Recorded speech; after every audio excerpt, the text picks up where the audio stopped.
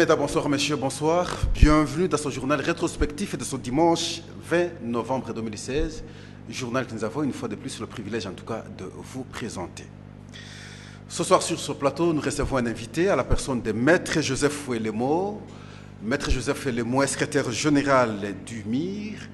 MIR, c'est le mouvement des indépendants réformateurs, le parti cher au député national Stanley Mbayo. Bonsoir, Maître Joseph Fouelemo. Bonsoir, mon frère. Nous vous recevons dans le cadre du journal rétrospectif. Alors, comment va votre parti, le MIR?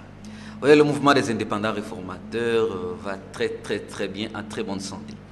Un parti faisant partie de la majorité présidentielle, c'est ça? Vous le dites. D'accord. Conformément à l'article 77 de la présente Constitution, le président de la République, Joseph Kabila, s'est adressé ce mardi 15 novembre 2016 devant les deux chambres du Parlement réunies en congrès. Dans un discours bilan, Joseph Kabila promet de respecter la Constitution en ne briguant pas le troisième mandat. Suivons ce reportage. Le président de la République, conformément à l'article 77 de la présente Constitution, s'est adressé à la nation devant les deux chambres du Parlement réunies en congrès ce mardi 15 novembre 2016. Dans son discours, Joseph Kabila s'est apaisanti sur ses réformes et réalisations depuis 15 ans qu'il est à la tête du pays. Parlant de sa position sur son probable troisième mandat, il explique qu'il respectera la Constitution et cette question est réglementée par celle-ci. Quant à tous ceux qui semblent se préoccuper à longueur de journée de mon avenir politique, je tiens à dire, tout en les en remerciant, que la République démocratique du Congo est une démocratie constitutionnelle et que toutes les questions pertinentes relatives au sort des institutions et de leurs animateurs sont réglées de manière satisfaisante par la Constitution. N'ayant jamais été violée, la Constitution sera toujours respectée, et ce, dans toutes ses dispositions. Bien qu'ayant évoqué la question de l'organisation des élections à venir au pays, le chef de l'État n'a pas parlé du délai où seront organisées ces élections et non plus n'a pas parlé du respect de la Constitution par l'organisation des élections dans le délai constitutionnel. Car le mandat est de 5 ans, une fois renouvelable, comme le veut la même Constitution.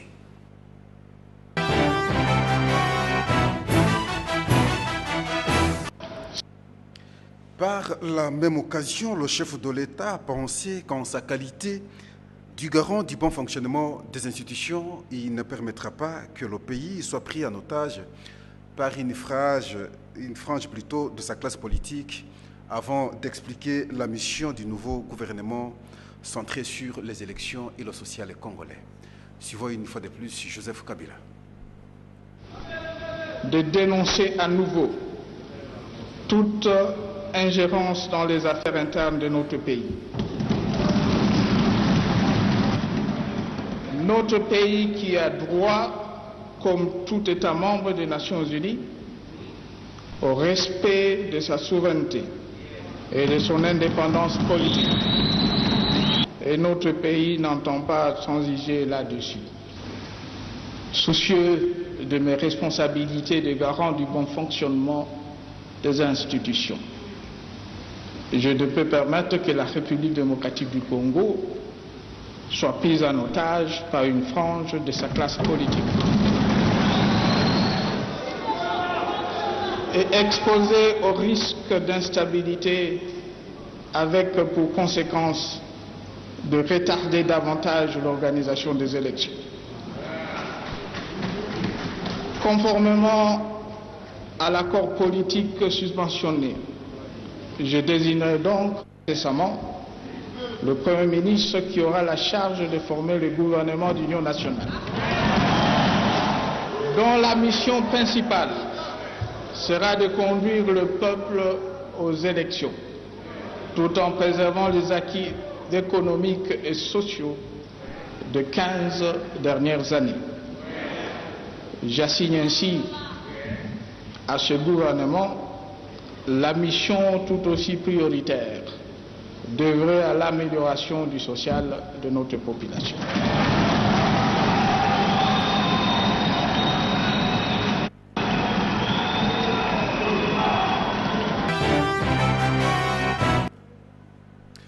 Maître Joseph Fouelemo, vous aviez suivi le point de vue du chef de l'État lors de son discours devant les deux chambres du Parlement réunies en congrès.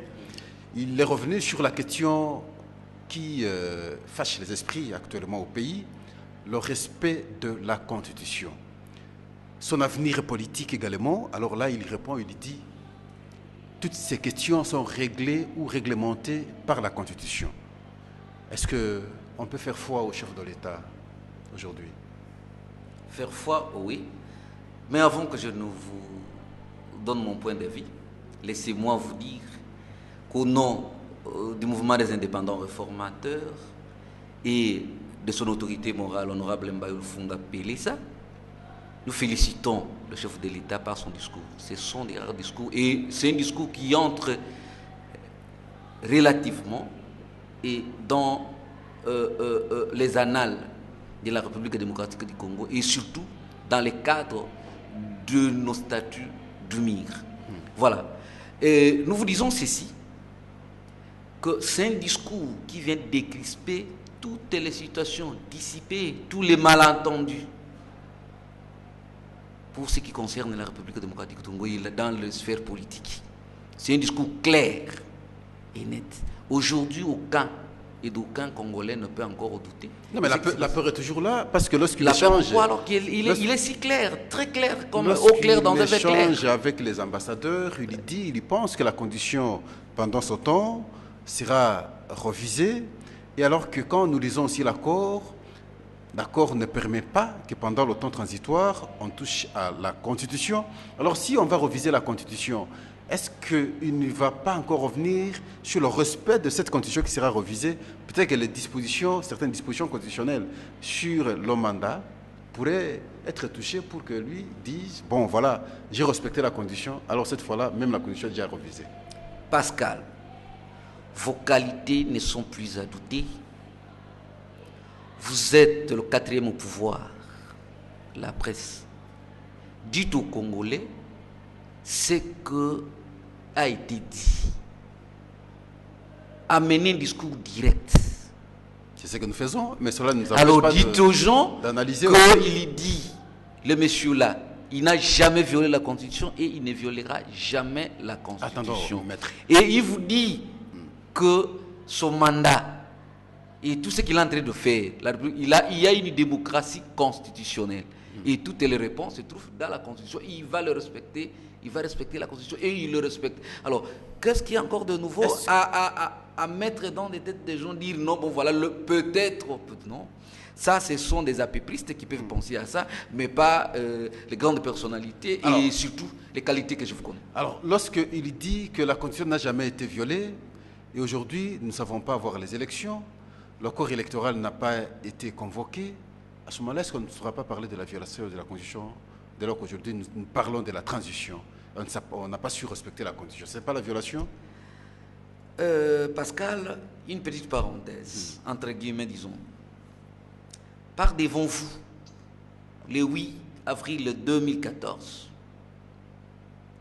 le mouvement des indépendants réformateurs, par la personne qui vous dit, vous l'avez invité, lui dit non mais écoutez, la presse est répondue, la presse est en chaud par rapport au discours et à l'analyse de l'honorable Mbayoul Funga Pelisa sur la constitution actuelle. Nous vous disons que cette constitution, quelle que soit, c'est heureusement que le chef de l'État le reconnaît, même cet accord, qu'il y a toujours des imperfections partout. Mais au moins dans cette constitution, d'une manière ou d'une autre, le mouvement des indépendants réformateurs vous dit c'est une constitution qui a des coquilles, qui demande qu'on puisse d'une manière ou d'une autre réviser. Mais ce n'est pas le cas, que le chef de l'État vous a dit, non bon voilà, moi je vais réviser la constitution, je vais faire ceci, puisque tout cela est inclus dans la constitution reconnaît cela, M. Pascal. Donc que les Congolais, que nous tous, nous puissions aimer notre pays et savoir respecter nos engagements savoir respecter nos lois, l'effectivité de nos décisions judiciaires vont quand même nous amener de loin, comme le chef lui-même est l'exemple. Alors, lorsqu'il dit qu'en sa qualité du garant du bon fonctionnement des institutions, il ne permettra pas que le pays soit pris en otage par une frange de sa classe politique. Je prends le concept garant du bon fonctionnement des institutions, mais il est garant du bon fonctionnement des institutions lorsque simplement une classe politique prend en otage la population, et alors que lorsqu'on n'a pas eu les élections, le garant du bon fonctionnement des institutions, il n'a pas tenu compte au bon fonctionnement des institutions pour que finalement on sauve le pays, on sauve la Constitution par l'organisation des élections. Oui, Pascal, normalement, vous avez commencé avec moi par rapport à l'accord politique qui vient de se signer. Comment ça s'intitule? Et l'objectif, le but même de cet accord, c'est quoi? C'est pour avoir les élections. C'est pour avoir les élections. C'est pour cette raison que vous avez vu le Premier ministre démissionner pour qu'il y ait les gens qui vont organiser les élections. On va revenir alors. Alors, le deuxième carton jaune du rassemblement des forces politiques et sociales acquises au changement n'a pas été remis comme prévu par les organisateurs.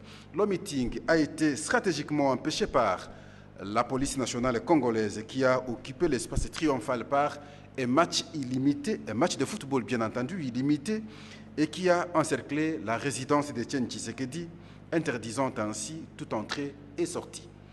Suivons ce commentaire. Du rassemblement des forces politiques et sociales acquises au changement, prévu ce samedi 19 novembre 2016 pour la remise du deuxième carton jaune et avant celle du carton rouge, prévu pour le 19 décembre prochain, n'a pas eu lieu. Raison? D'abord, l'espace triomphal où devait se tenir son meeting a été occupé depuis 19h du vendredi 18 jusqu'à ce matin, où les femmes et enfants des policiers militaires, y compris les policiers militaires eux-mêmes, ont occupé cet espace avec prétexte de jouer au foot jusqu'à 18h, l'heure où ils recevront la coupe de main d'une grande personnalité policière. Ensuite, l'encerclement non seulement de la résidence d'Étienne Tshisekedi, mais aussi les rues environnantes à la 10e, avec comme seul objectif d'empêcher les entrées et sorties qui permettraient la réorganisation des combattants de l'UDPS et les autres membres du rassemblement pour créer une résistance à la police déployée. Voilà ce qui a poussé en même temps la police d'éviter les attroupements des combattants, démarche qui s'est soldée par l'arrestation de certains membres du rassemblement. Chose grave à ce jour, la MONUSCO a été interdite d'accès dans des zones déjà occupées par la police nationale congolaise. La question que d'aucuns se posent est de savoir pourquoi le rassemblement n'a-t-il pas compris bien avant que ces endroits allaient être d'un côté occupés par un foot extra-FIFA et d'autre part l'encerclement de la résidence d'Étienne Tshisekedi. Cette deuxième sortie ratée du rassemblement peut-elle être considérée comme un avertissement à l'échec qui sera constaté le 19 décembre prochain? À tout état de cause, le peuple n'a pas encore dit son dernier mot.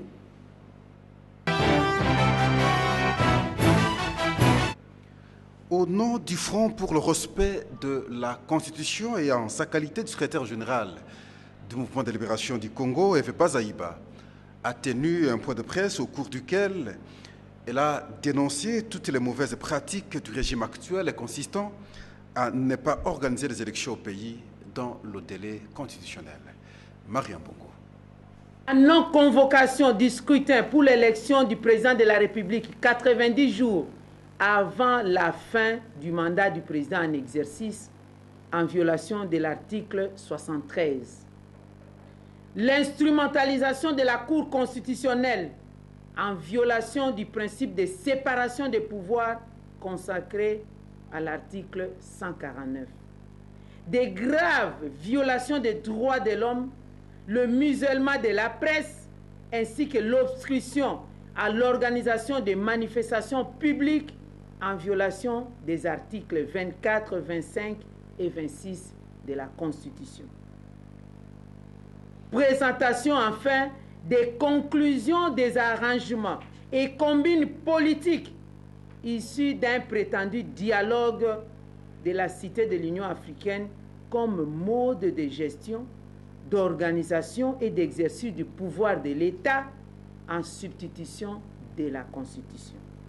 Le Front pour le respect de la Constitution note également que cette adresse vient ramener le pays dans la dictature en rejetant l'apport des acteurs nationaux et s'éloigne de l'esprit de la résolution 2277 du Conseil de sécurité des Nations Unies.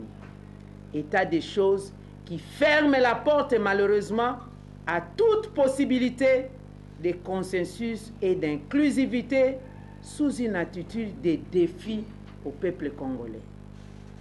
Au nom de la démocratie constitutionnelle, dixit le chef de l'État, le Front pour le respect de la Constitution invite le président de la République sortant à respecter son serment, à se soumettre aux prescrits de la Constitution au terme de son second et dernier mandat, le 19 décembre 2016.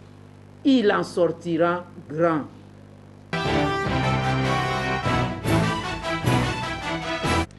C'était un propos recueilli par Jean-Pierre Ndjonji et Veyambata.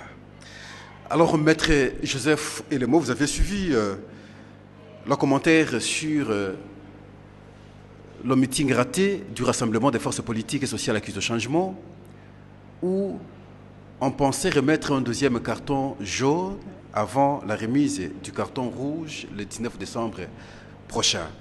Et ça n'a pas tenu simplement parce que la police a occupé d'abord l'espace triomphal où on a joué le foot toute la journée et aussi l'entrée chez Tshisekedi n'avait pas d'accès, pas d'entrée, pas de sortie.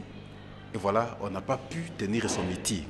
Est-ce que c'est une manière de répondre à la logique du chef lorsqu'il a dit dans son discours qu'il ne va plus permettre qu'une frange de la classe politique prenne sa population en otage? Maintenant, là, on passe à la vitesse des croisières. On ne peut plus permettre que des manifestations de l'opposition aient plus lieu. Nous savons qu'il y a eu aussi la décision de la ville province de Kinshasa contre tout ça. Oui, Pascal, l'opposition comme la majorité, Congolais comme Congolaises, prône l'état de droit. L'état de droit veut aussi dire le respect des règles et de l'arsenal juridique. Alors, dans le ici, droit de manifestation. Le droit de manifestation, oui, des libertés publiques qu'on sort. Ce qui est utile ici, nous sommes en démocratie et nous sommes dans un régime où vous-même, vous le savez, même notre forme politique, la forme de notre État, la décentralisation. Dans la décentralisation, cela aussi sous-attend que l'autorité locale, municipale, a aussi un droit. Et dans ce droit-là, dans ces décisions, nous sommes tous obligés de respecter, parce que nous ne sommes pas dans oui, mais maintenant, alors cela, ça n'a rien à voir avec le discours du chef de l'État. L'autorité municipale et locale a décidé. Nous avons vu des marches en Bujimaï. Est-ce qu'en Bujimaï, à Kananga, là où il y a eu deux marches, puisqu'il y a un journaliste était mort, il y a eu un problème? Est-ce qu'on a empêché? Ici, l'autorité locale a décidé, il a vu par rapport aux garanties sécuritaires, il n'a pas trouvé. Justement, d'une manière ou d'une autre, cela, c'est par rapport à l'autorité. Ce n'est pas que puisque le chef de l'État, il est chef de l'État, non de Kinshasa, il est chef de l'État pour la République démocratique du Congo, pour toute la nation. La décision là, d'empêcher ou de refuser des meetings ou des manifestations politiques, c'est une décision locale et municipale et provinciale. Et ça en violation de la Constitution. Non, ça ne viole pas la Constitution, puisque cette Constitution-là, elle est faite pour que nous puissions la respecter tous. Quand nous ne nous respectons pas, nous devons avoir des règles pour pouvoir non écouter. Ici, nous déportons, ici, nous ne faisons pas. L'autorité politico-administrative de la province a des raisons qu'il a avancées. À cela, il faut d'abord voir. Alors, entre l'opposition, entre le manifestant ou les organisateurs et l'autorité politico-administrative de la ville-province de Kinshasa, les deux, ils savent de quoi il est question. Alors, est-ce que, parce que selon les autorités de la ville, cette décision va jusqu'à nouvel ordre. qui n'est pas connu. Les gens pensent que c'est une manière de vouloir esquiver que les gens manifestent le 19 décembre. Alors, nouvel ordre, c'est au-delà du 19 décembre. Est-ce que c'est bon, alors que nous savons que le 19 décembre, c'est le délai où on devrait en principe avoir de nouvelles institutions, on ne sait pas les avoir, et la population peut s'exprimer aussi pour parfois donner son point de vue d'approbation comme de désapprobation. Pascal, 19 décembre, c'est quoi? C'est une date constitutionnelle. Une date constitutionnelle. Écrite dans quelle constitution? Le 9 décembre. D'accord. Dans quelle constitution cette date est écrite? C'est une date. Vous dites cette date-là. C'est quelle date? Quand nous voyons nos délais, nos dates des manifestations, c'est quelle date? C'est une date comme tout autre. C'est comme aujourd'hui. On vous a comme demain. On vous a confié un mandat, vous devez respecter le mandat et vous montez des stratégies pour rester encore longtemps pour voir si c'est possible. On vous a confié le mandat, confié le mandat à qui et quoi? Le mandat va couler, la constitution de la République démocratique du Congo sera respectée. D'accord. C'est après 4 ans et demi que Matata Ponyo, à la tête du gouvernement, a rendu le tablier à Joseph Kabila, le président de la République. Il démissionne et ouvre ainsi la voie plutôt à un candidat de l'opposition signataire de l'accord politique de la Cité de l'Union africaine, à prétendre aux fonctions bien entendu de Premier ministre. Le chef de l'État a pris acte de cette démission et compte combler ce vide incessamment. Jean Pindjonji. Noir, cravate rouge et chemise blanche, Matata Ponyo n'a pas dérogé à sa tradition vestimentaire, même au dernier jour officiel de ses fonctions de Premier ministre. Assez détendu, serviette rouge à la main, il remet à celui qui a fait de lui il y a 4 ans Premier ministre sa lettre de démission. Pour lui, la motivation est de taille, permettre aux documents de l'Union africaine de prendre ses véritables marques. Pour répondre à l'esprit et à la lettre de l'accord global issu du dialogue initié par son Excellence, Monsieur le Président de la République. Pression ou pas pression, le pays devra continuer à vivre, martèle les novateurs de la troïka stratégique du gouvernement. Il insiste quant à son bilan, il est largement positif. Foi d'Augustin Matata Ponyo, la macroéconomie et ses résultats lui donneront toujours raison. Seulement, reconnaît-il, les 5 derniers mois pour lui et son équipe ont été très difficiles. Nous pouvons dire que le bilan est globalement positif parce que dans l'ensemble des secteurs de la vie nationale, il y a eu des progrès substantiels du point de vue macroéconomique, vous le savez. Nous avons enregistré des performances inédites en termes de stabilité des prix intérieurs, en termes de stabilité des taux d'échange, même si au cours des derniers mois, il y a eu des soubresauts liés notamment à la crise internationale.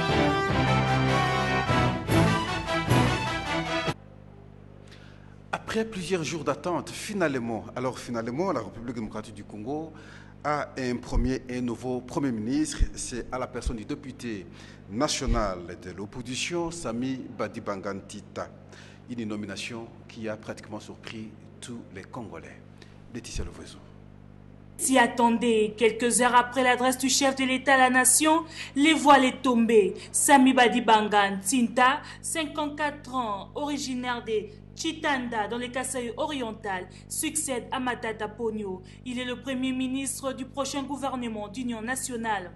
Et c'est après plus de 25 jours d'attente, état des choses qui violerait le point C du chapitre 9 de l'accord politique de la Cité de l'Union africaine. Cette nomination par l'ordonnance présidentielle suscite des réactions. Les avis sont partagés. Certaines personnes affirment de ne pas le connaître. Il serait un parvenu dans la scène politique et ne possède que très peu d'expérience. On a besoin d'un Premier ministre qui va travailler pour la population, surtout pour les sociales, parce que pour le moment, les Congolais souffrent. On a besoin d'un Premier ministre excellent, celui qui va faire un bon travail. En tout cas, on va l'apprécier. On ne sait pas. On va lui donner d'abord la chance de travailler. Le président vient de respecter d'abord les conclusions de l'accord Et de deux, tu sais que l'homme comme Sami Badibanga ont fait le jeu politique digne de ce nom. Pourquoi? Parce que Sami Badibanga, c'est l'homme de l'UDPS, des rassemblements. Et notre souhait était qu'on puisse nommer l'homme du rassemblement. Ça, c'est un peu la rise du pouvoir qui ne résout absolument rien parce qu'on sait là où l'UDPS est installé. Badibanga ne siège jamais à l'UDPS et il n'y a jamais été depuis qu'il a été radié du parti. Bon, je sais que c'est une nomination pour pouvoir diviser l'UDPS, mais on ne réussira pas à diviser l'UDPS parce que Badibanga ne représente absolument rien. Et il faut se dire que Badibanga a été élu parce qu'utilisant dans le fond de son portrait l'image de Tshisekedi. C'est grâce à Tshisekedi, c'est parce qu'il a été conseiller principal de Tshisekedi qu'il a été élu. Donc je ne pense pas que Badibanga puisse court-circuiter l'UDPS et donc ce n'est pas honnête politiquement ce qui a été fait. Sami Badibanga Ntinta, député national radié par Tshisekedi de l'UDPS et du groupe parlementaire UDPS et alliés. Il a participé au dialogue national initié par le chef de l'État et facilité par le diplomate togolais Edem Kodjo.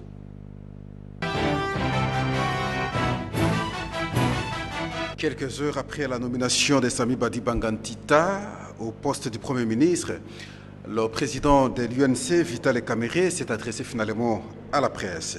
C'était dans sa résidence privée au quartier GB. Il pense que ses ambitions sont plus grandes que le poste du Premier ministre. Laetitia Lefoeso. Si ont toujours été au-dessus du poste de Premier ministre, je prends acte de la nomination de Sami Badibanga comme Premier ministre, a déclaré Vital Kamerhe quelques minutes après la lecture de l'ordonnance du successeur de Matata Ponyo, le pressenti Premier ministre des Assises de la Cité de l'Union africaine, où il a commandé pour les comptes de l'opposition, semble ne pas récolter les résultats escomptés. Cette déclaration du président national de l'UNC après la nomination par l'ordonnance de Sami Badibanga à la tête du gouvernement de transition laisse libre cours à beaucoup d'interprétations, d'aucuns la lisent comme un gros regret d'être roulé par le président de la République ou une réelle ambition pour la bonne marche de l'opposition politique. Du reste, la nomination de Sami Badibanga Ntinta est un coup de tonnerre et serait la résultante en vain d'un travail abattu par Vital Kamerhe. Et nous voulons aussi ajouter ceci, c'est la preuve que mon parti politique, l'Union pour la Nation congolaise, et moi-même, nous n'avions aucun deal avec le président Kabila. Nous sommes allés au dialogue avec une seule obsession, éviter le chaos au peuple congolais, que la République démocratique du Congo puisse se relever la tête. Parce que nous étions conscients qu'entre deux voies, c'est-à-dire la voie du chaos que prônent nos amis du rassemblement et la voie de la paix inscrite dans la résolution 2277, la voie la meilleure, la plus sage, c'est la résolution 2277. 3, nous voulons dire aussi que l'accord est là. Et nous souhaitons que Sami Badibanga et tout le monde puissent s'impliquer pour que cet accord soit appliqué scrupuleusement. Sauf imprévu, Sami Badibanga Ntinta, originaire de Katanda, dans le Kasaï oriental, alignera ses généraux pour le prochain gouvernement d'union nationale de 500 jours, dont les charges essentielles sont les élections en avril 2018 et les sociales des Congolais.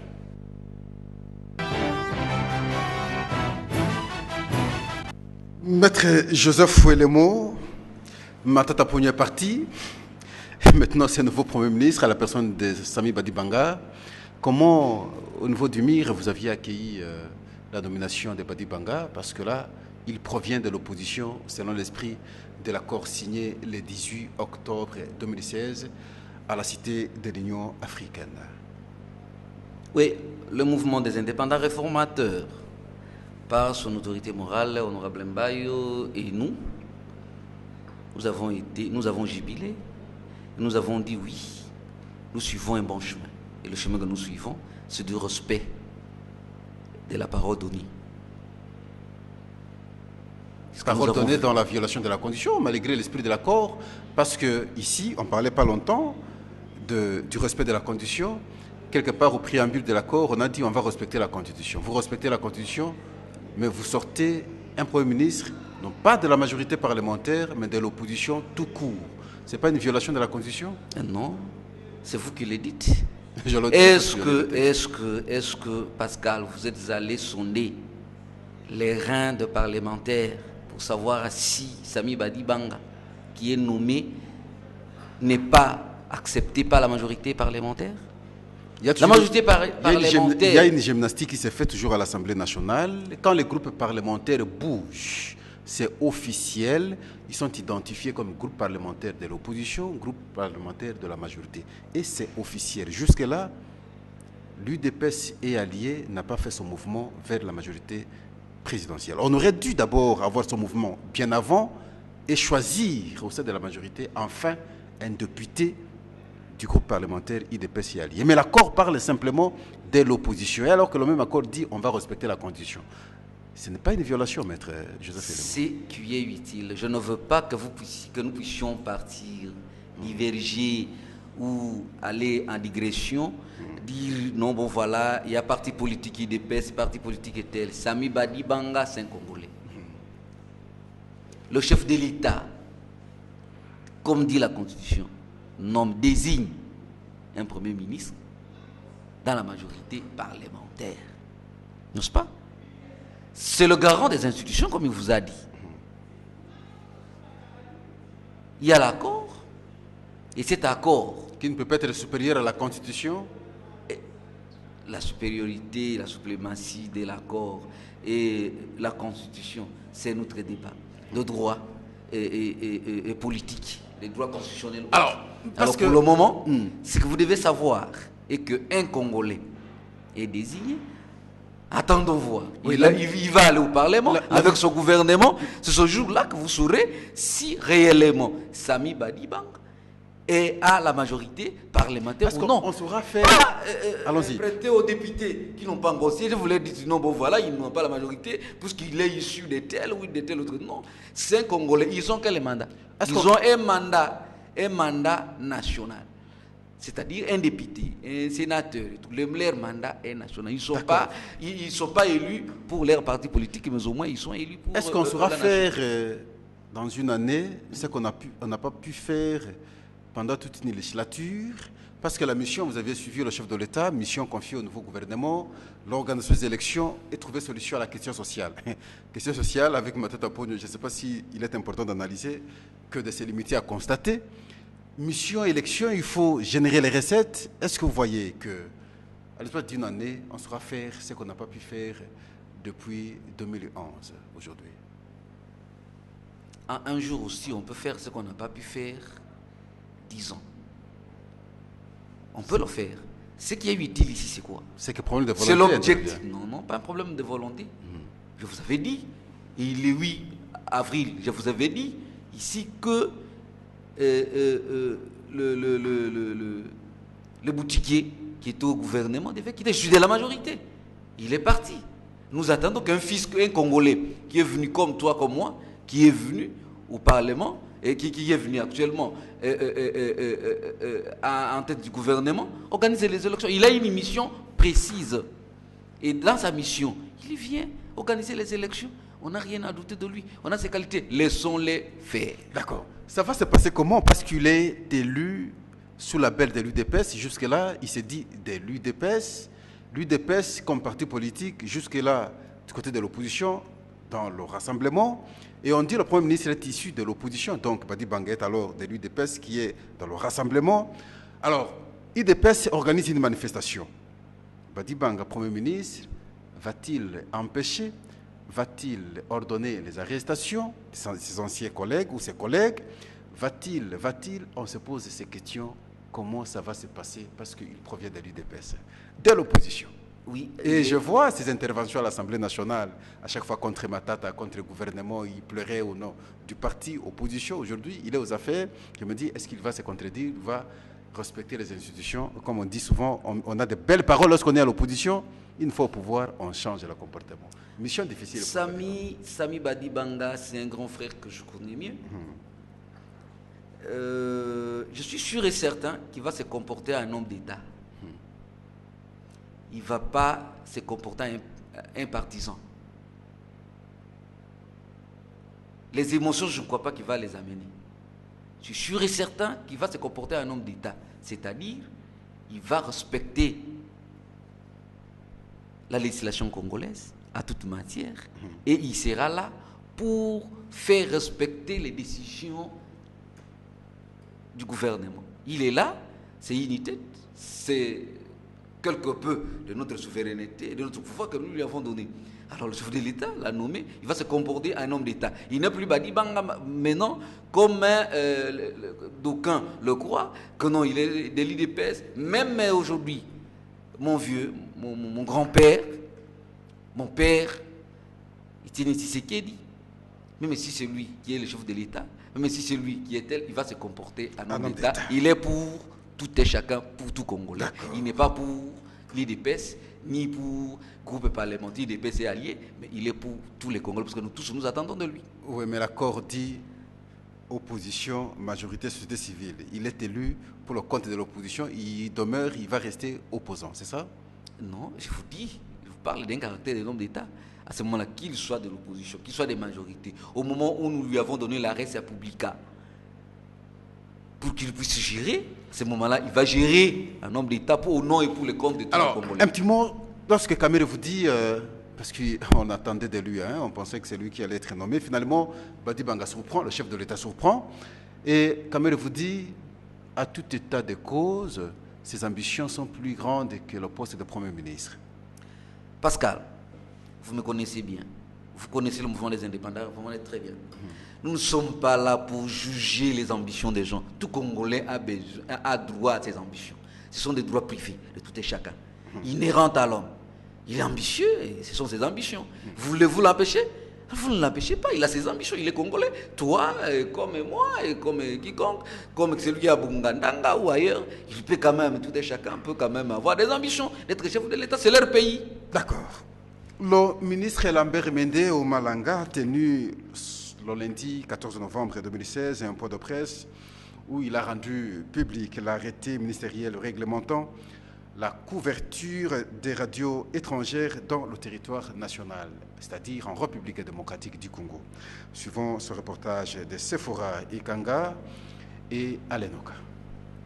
Le ministre de Médias et Communication n'a pas mâché le mot devant le multiple caméras lors de son point de presse. Il a rendu public l'arrêté ministériel qui réglemente la couverture de toutes les radios étrangères sur toute l'étendue de la République.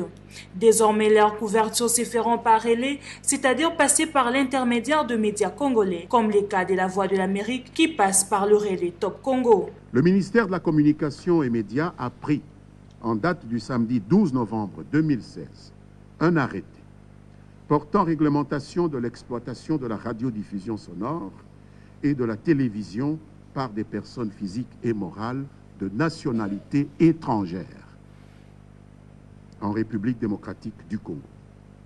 Cet arrêté, mesdames, messieurs de la presse, a été pris conformément à l'article 61 de la loi numéro 96-002 du 22 juin 1996, fixant les modalités de l'exercice de la liberté de presse, que je vous demanderai de consulter.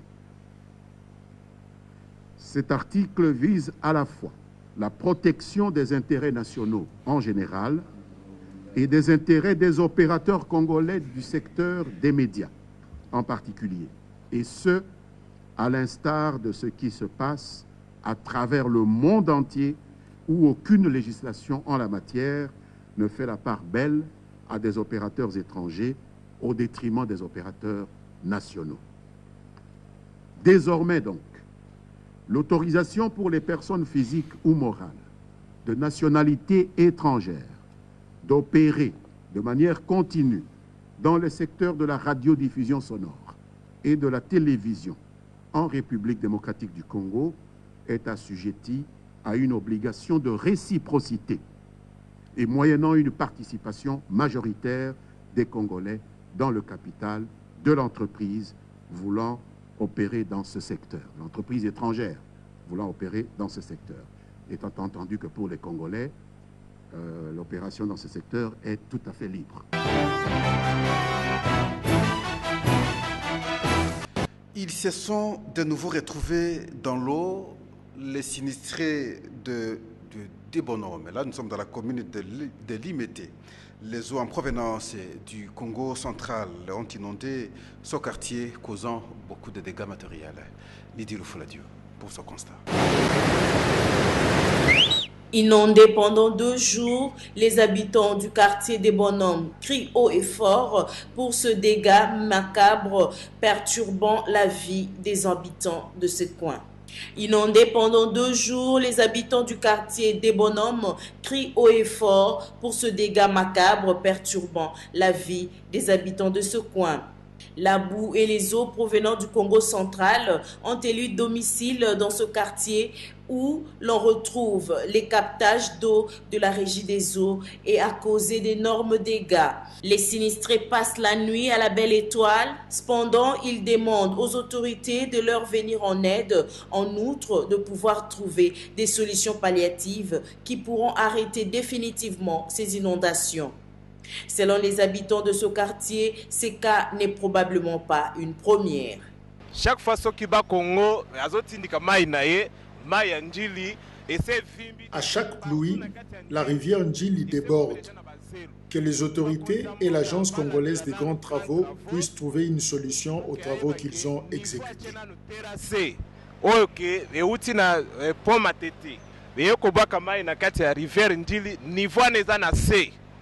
Niveau nango eza na se baya s'il s'agit comment bakoko sala pour que ba déplacer ka niveau oyo ba tcheli biso ou bien baluka solution moko parallèle pour que no biso za na ba problème te.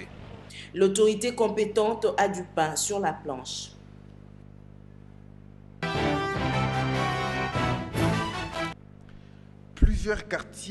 Plusieurs maisons plutôt du quartier Badara dans la commune de Lansele ont été démolies par le propriétaire de la concession.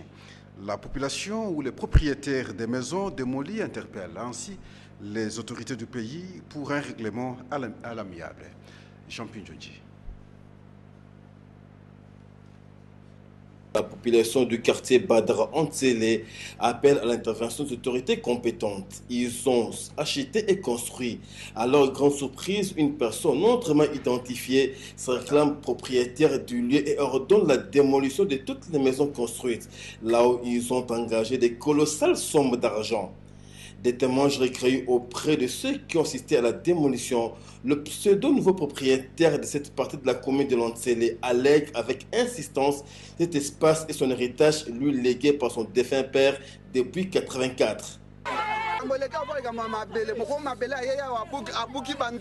1984, selon loi ndenge elobake soko sombi lupangu ide sombi mabele o mettre en valeur te yeba que après ba année 3 ans komata au-delà yeba que perdre yango mais depuis 1984 ya sombi mabele atikiti na 2015 azongeli batu 2016 oyo que abuka démolir si lota que ba chef ici ba revendre yango batu ba sombi ba koti mabota na bango donc ba fani na ba bota ba buku ba komisi yango mboka ezala kizamba ba komisi mboka pour le moment ayebi que mabele nezali balingi ba pese place mususu ya boy lokwa ba bongisele ka awa ya kozwango abuki banda ko bo fami ekokende.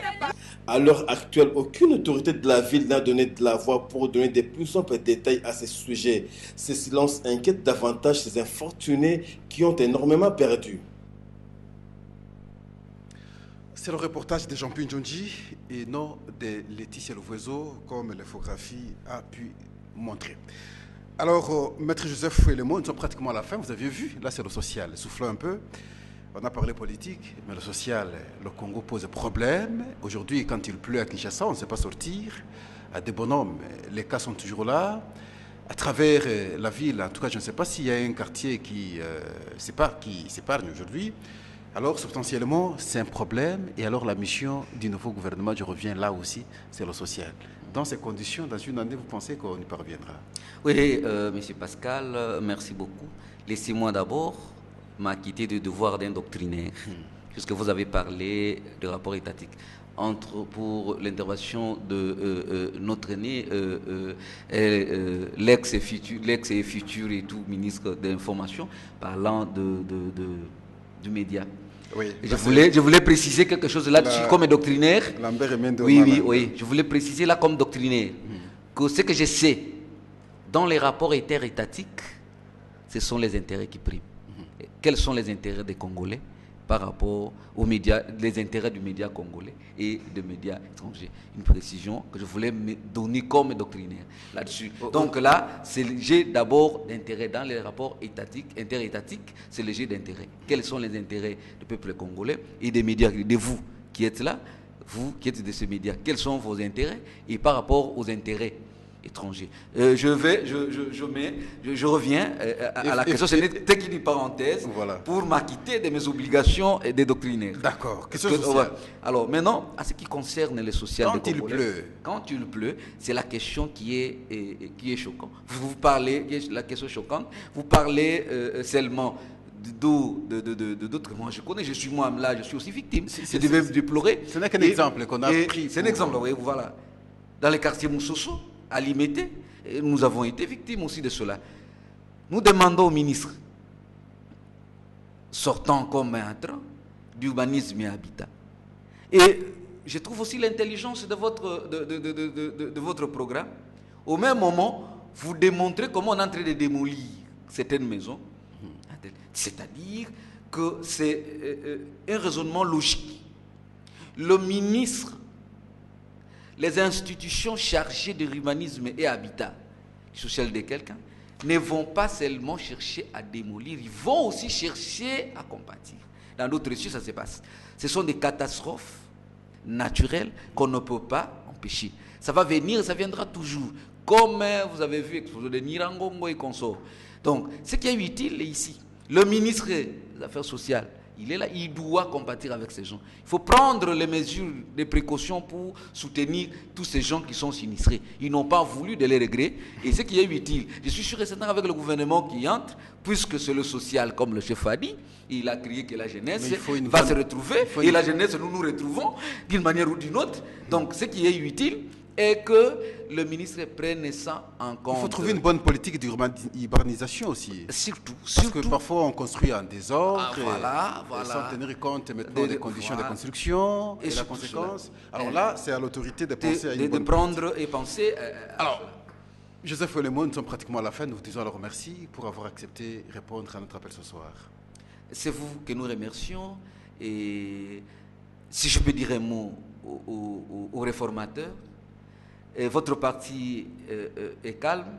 L'autorité morale, honorable Mbayo Lufunga Pelessa, notre président, il est calme, il est en très bonne santé. Et il vous dit qu'il ne dépend que de nous pour que ça change. Merci. Voilà. Nous sommes à la fin du journal rétrospectif de ce dimanche 20 novembre 2016, journal que nous avons reçu pour vous, Maître Joseph Olemo, secrétaire général du MIR qui signifie Mouvement des indépendants réformateurs. Et voilà, avec lui, on a eu analysé toutes les questions diffusées durant la semaine sur Canal Kin Télévision. Nous sommes à la fin, nous vous disons au revoir et à la prochaine.